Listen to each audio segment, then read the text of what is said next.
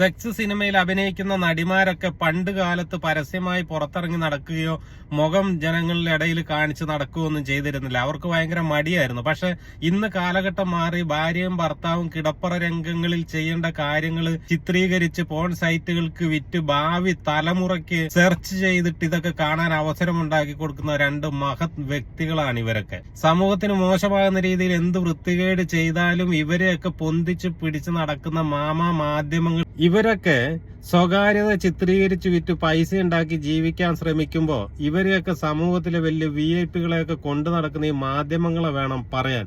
ഇവരൊക്കെ ഭാവി തലമുറയ്ക്ക് എന്ത് മെസ്സേജാണ് ഇവർ കൊടുക്കുന്നത്? സത്യത്തിൽ ഭാവി തലമുറയെ വഴിതെറ്റിക്കല്ലേ.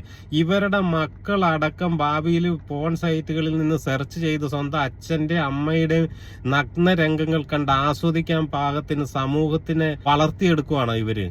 ഇതിനൊക്കെ വ്യക്തമായ രീതിയിൽ സെൻസറിങ്ങും കേസും കാര്യങ്ങളൊക്കെ ഉണ്ടാക്കിയിട്ട് നിയന്ത്രണങ്ങൾ ഏർപ്പെടുത്തണം. ഇല്ലെങ്കിൽ വളർന്നു വരുന്ന നമ്മുടെ ഭാവി തലമുറ വഴിതെറ്റിപ്പോകും എന്ന കാര്യത്തിൽ യാതൊരു സംശയവുമില്ല.